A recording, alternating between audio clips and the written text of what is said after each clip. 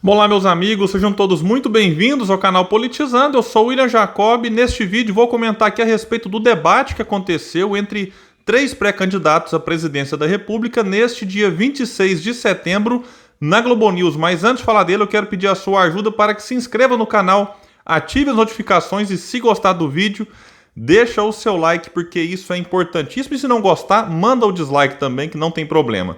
Pessoal, aconteceu então um debate que foi muito divulgado e eu particularmente achei que ele seria presencial, mas não, ele foi em live. Então você teve ali a Júlia e também o Otávio Guedes, ambos mediando um debate entre Ciro Gomes, Luiz Henrique Mandetta e Alessandro Vieira. Então quando eu vi que era live, eu dei uma certa desanimada, porque eu acho que pessoalmente a coisa flui melhor e daria para fazer com segurança para todos, como tem acontecido no debate no Estadão, em que participam Mandetta, Ciro e Eduardo Leite.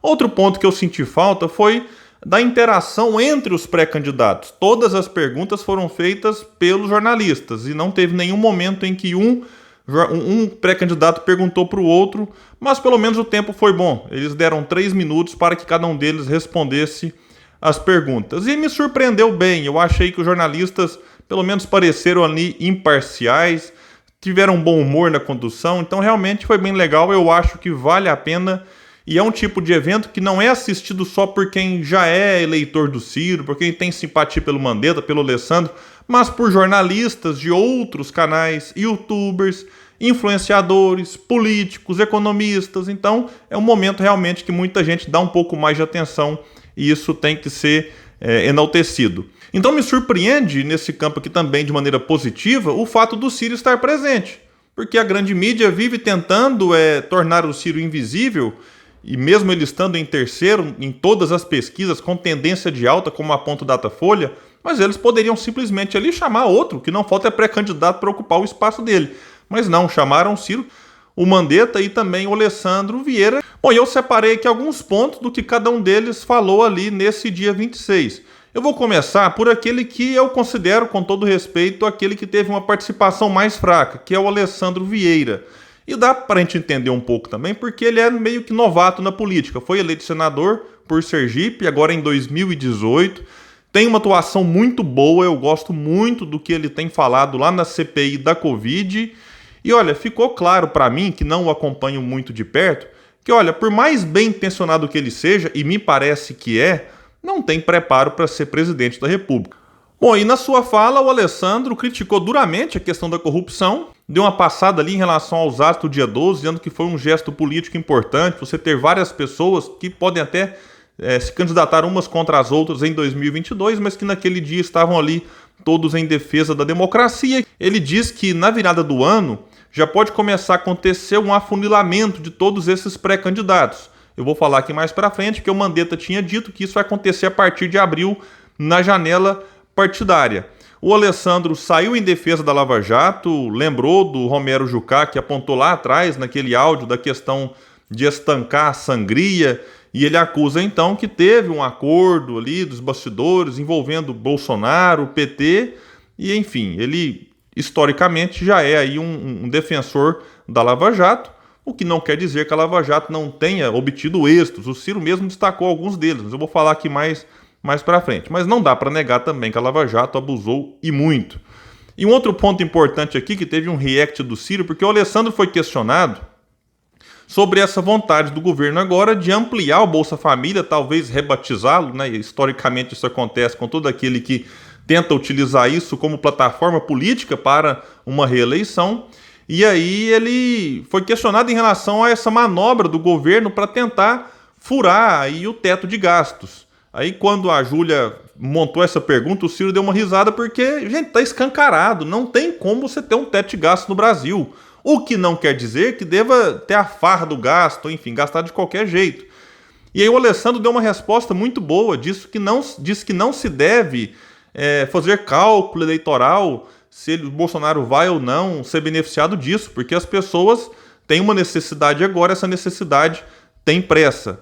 E deu uma passada de pano para o teto de gastos, que serve de âncora para frear aí governos populistas e dar credibilidade ao Brasil lá fora, mas pelo menos já fez aqui uma ponderação que eu acho importante. Há espaço para uma revisão. Lembrou que Bolsonaro não aguenta 15 dias de investigação, nem ele e nem os filhos.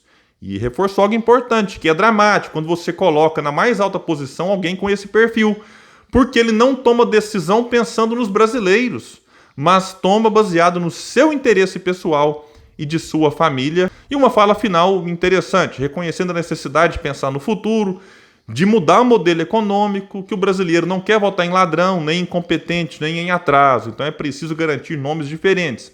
Uma agenda nova na economia, reforma tributária que deixe de punir o mais pobre e que equalize a questão fiscal. Sobre Mandetta, já começou dizendo não gostar do termo terceira via, mas a melhor via. Que de um lado nós temos um passado representado pelo Lula, que quer ficar com a parte boa das lembranças, né, e que o povo esqueça os erros. E ele lembra de alguns erros no ponto de vista econômico e também da corrupção. E sobre o presente, nessa outra via, nem é preciso dizer, disse o Mandetta, porque a rejeição de Bolsonaro apontada nas pesquisas fala por si só. Mandetta deu uma pinicadinha no Datena ali, falando que as pesquisas agora colocam o nome de apresentador, né, clima tenso, porque os dois podem fazer parte do mesmo partido quando essa fusão acontecer, apesar que eu acho que o Datena vai acabar saindo do PSL e tem um convite formal, inclusive, para que ele vá para o PDT. E olha, eu discordo do Mandetta aqui, porque se o Datena está como um pré-candidato colocado pelo seu partido, é natural que ele apareça nas pesquisas não por ser apresentador, como era o caso do Huck, que nem partido tinha e nem confirmava que era pré-candidato. Mas o Datena fala como pré-candidato e tem um partido que o apresenta também. O Mandetta disse que a partir de abril é que realmente a coisa vai dar uma funilada e que ele defende uma maior união possível, dizendo que ele diz sempre que, se for o caso, ele próprio não se candidata a nada e vai distribuir santinho para um projeto que ele acredita. E que essa coisa de que 31% só da população quer uma alternativa a Lula e Bolsonaro, o Mandetta disse que, baseado no que ele tem percebido, esse percentual é maior, mas que é natural que, neste momento, estes dois aí ocupem as primeiras posições. Ele foi questionado sobre o seu afastamento de Bolsonaro, se não seria por conveniência pessoal, já que o atual presidente sempre deu sinais de ser quem é. Mandetta disse que aceitou o convite para fazer ali um trabalho técnico e que foi feito até o momento em que realmente ele disse que não tinha mais condições e as razões pelas quais ele se afastou estão mais do que evidentes. Sobre a fusão do partido, que tem vários bolsonaristas nos dois, ele disse que vários destes vão sair e que, caso realmente o novo partido esteja vinculado com o Bolsonaro, a Júlia colocou depois ali numa réplica, ele próprio cai fora do partido. Mas ele garantiu que essa não é a intenção dos presidentes do DEM e nem do PSL. E teve uma fala também interessante sobre a questão dos militares. Fugiu da pergunta sobre para quem ele torce nas prévias do PSDB, Dória Eduardo Leite. Eu acho que ele fez bem, né? Não deve ficar interferindo nessa questão de um outro partido. Ele teve a sua atenção chamada 2 vezes porque extrapolou o limite do tempo. Ele falou, olha, né, depois coloquem aí um relógio, um temporizador. Aí o Ciro brincou, olha, eu não fui chamado a atenção nenhuma vez. Aí o Mandetta brincou, você tá comportado. Aí o Ciro, aprendi com você, Mandetta. Eu achei até que demorou para aparecer esse momento aqui, que sempre que os dois participam de algo junto aparece, que é um elogiando o outro. E assim, Mandetta disse duramente que Bolsonaro e Lula são duas figuras nefastas. Bom, e no final Mandetta disse, né, da necessidade de se fazer um diagnóstico dos problemas do país, entender o papel do líder de um presidente e lembrou ali da última década perdida. Alguns pontos aqui convergem com o que o próprio Ciro tem dito em alguns momentos e que diz também nas suas considerações finais. Bom, Mandetta é alguém que fala de uma maneira muito tranquila, de uma forma muito clara, fácil de ser compreendida. Mas ele não avançou muito em propostas e também parte disso é porque as perguntas não foram muito nesse sentido. Mas considero uma fala boa.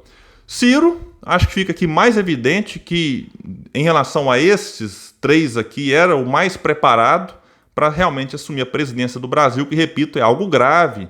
Não é algo tão simples assim, você é presidente do Brasil e de repente você quer construir uma candidatura. Bom, meus amigos, e o Ciro então foi explicar que pesquisa nesse momento é um retrato que traz aqui agora, né? Que a vida é filme, que nós estamos longe das eleições e que muitos nem estão preocupados ainda com 2022. Ciro foi dizer que Lula é a coisa mais velha que existe na política brasileira e Bolsonaro a coisa mais podre.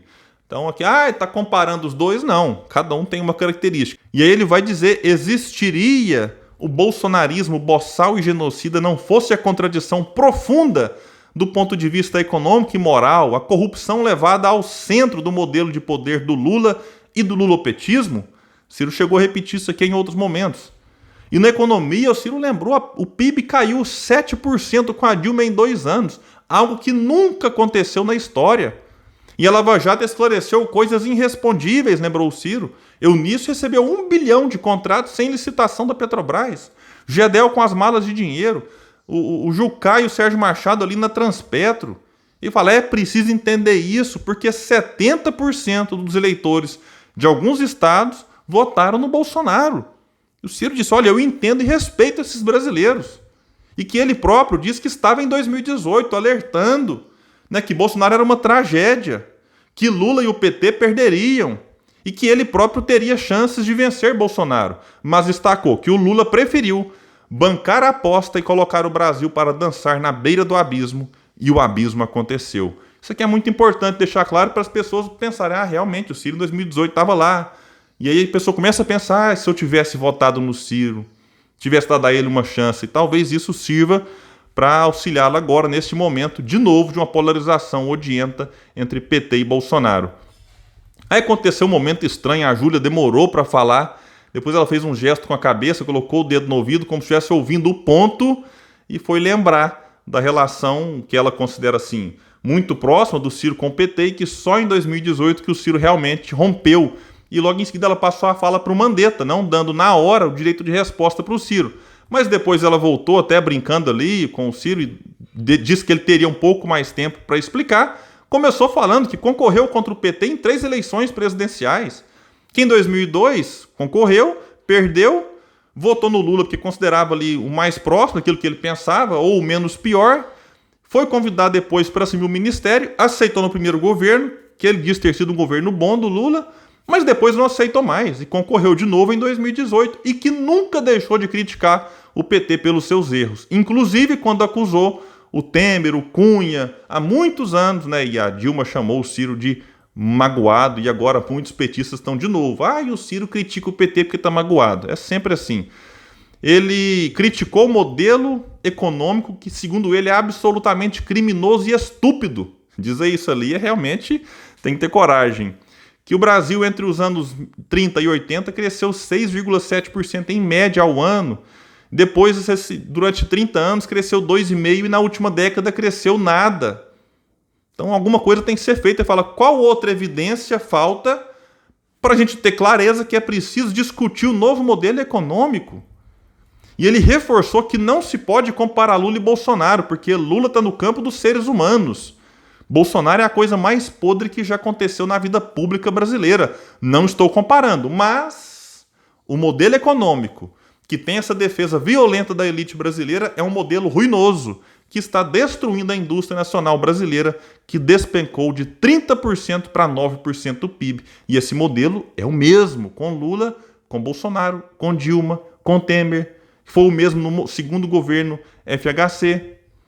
Aí alguém, irresponsabilidade fiscal do Ciro, que quer ter uma farra, uma gastança, o Ciro lembrou dos seus feitos como ministro da Fazenda, prefeito, governador, que não tem um dia de déficit e que no Ceará não se atrasa salário há 30 anos. Que o Ciro, inclusive, lembrou bem que ele comprou a dívida do Estado que venceria 15, 20 anos depois e que tudo isso ajuda o Ceará hoje a ser um dos estados aí com melhor equilíbrio fiscal do país. E perguntado sobre o teto, ele perguntou, olha, onde é que isso está na literatura mundial? Onde é que isso foi praticado? Só no Brasil, que em plena pandemia gerou 15 novos bilionários, enquanto a maioria do povo passa por dificuldade e está sofrendo. Sobre os militares, Ciro diz que tem que melhorar a questão da formação e da promoção e que num eventual governo seu não terá militares da ativa fazendo parte do governo. Um outro ponto importante aqui, abre aspas para o Ciro, Lula é o maior semeador de ilusões, né? De que todo mundo ficou rico no seu governo, todo mundo foi educado, todo mundo com a casa boa, e que Bolsonaro é o maior destruidor de ilusões. E uma fala aqui importantíssima, abre aspas para o Ciro, não é possível que a gente aceite que um vendedor de ilusões e um destruidor de ilusões rivalizem, impedindo a gente de formular um novo projeto que devolva com o pé no chão a condição do Brasil de produzir, trabalhar, ser respeitado internacionalmente. Essa é a tarefa que temos que construir. Aí a jornalista, a Júlia, lembrou, né, de que setores do PT não querem o impeachment porque querem Bolsonaro se arrastando até as eleições, porque isso beneficiaria Lula. Aí o Ciro lembrou, olha, isso aí realmente é a cara do PT. Mas ele brincou assim que é preciso ter paciência, porque com o PT talvez eles demoram 20 anos para caírem em si. E disse que o PT ficou contra o Tancredo no colégio eleitoral, ficou contra o Plano Real, pediu o impeachment do Itamar, do Fernando Henrique, tudo nessa ideia do Brasil se ferrar, apostar no quanto pior, melhor, para o Lula voltar e aparecer como o salvador da pátria. E finalizou lembrando a importância do diagnóstico, de por que chegamos até aqui, de apresentar um projeto, e aí ele mostrou o livro, né, um merchandising ao vivo na Globo News, e de que o Brasil tem o maior potencial do mundo. Então, meus amigos, eu vou deixar o link aqui, né, se ele não for tirado do ar aí, porque era uma transmissão da Globo News, para vocês que quiserem assistirem. Eu acho que foi um momento importante e daqui até as eleições teremos vários outros, e quanto mais o Ciro conseguir trazer seu discurso de uma forma mais simples, melhor, porque realmente o povo clama por uma alternativa e o Ciro me parece que, inclusive nesse debate, aquele que é o mais preparado, falando não só dos problemas, mas apresentando soluções para o Brasil, e é disso que nós precisamos. Pessoal, valeu e até o próximo vídeo aqui no canal Politizando.